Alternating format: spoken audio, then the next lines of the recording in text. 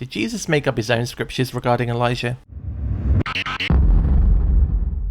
Hi everyone, Jason here from Spiritualbabies.net.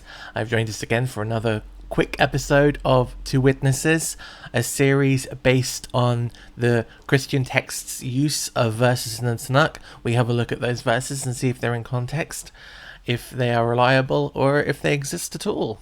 You can find the Two Witnesses book on Amazon, and you can find links to that book underneath this video, and I really suggest you go and buy it. I've got the author's permission to make this series. The book is chock-a-block of great information. This week we are in the book of Mark, so let's jump straight in and see what's what. Jesus is being questioned by his disciples regarding Elijah. Judaism says that Elijah will come before the Messiah, and they want to know what's going on with that.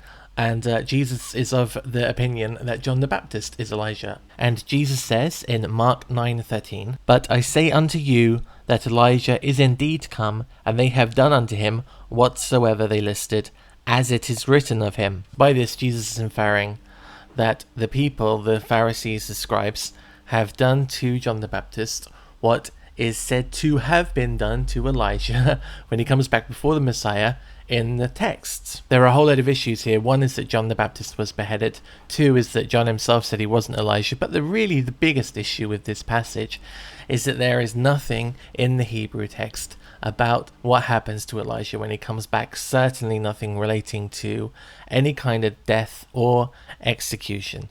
Jesus just made that up. So when he said, "as it is written in the text," or as it is written in the scriptures, it's just not there. Don't take my word for it. Have a look at your own texts. The New King James doesn't have a cross-reference for that. The Young's Literal Version doesn't have a cross-reference for that. The Dewey Rhymes doesn't have a cross-reference for that. The Darby Version doesn't have a cross-reference for that. And then even the New International Version can't give you a cross-reference to a Tanakh verse which in any way relates to what's going to happen to Elijah when he comes back before the Messiah. It's just made up. Jesus made it up. Or the writers of the gospel made it up.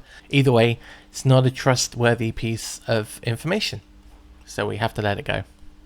So there we go. That was this show. Super fast. Hope you enjoyed it. Make sure you subscribe to the channel, like the video, share it with your friends, and if you've got a comment, make it below. See you again soon. Bye-bye.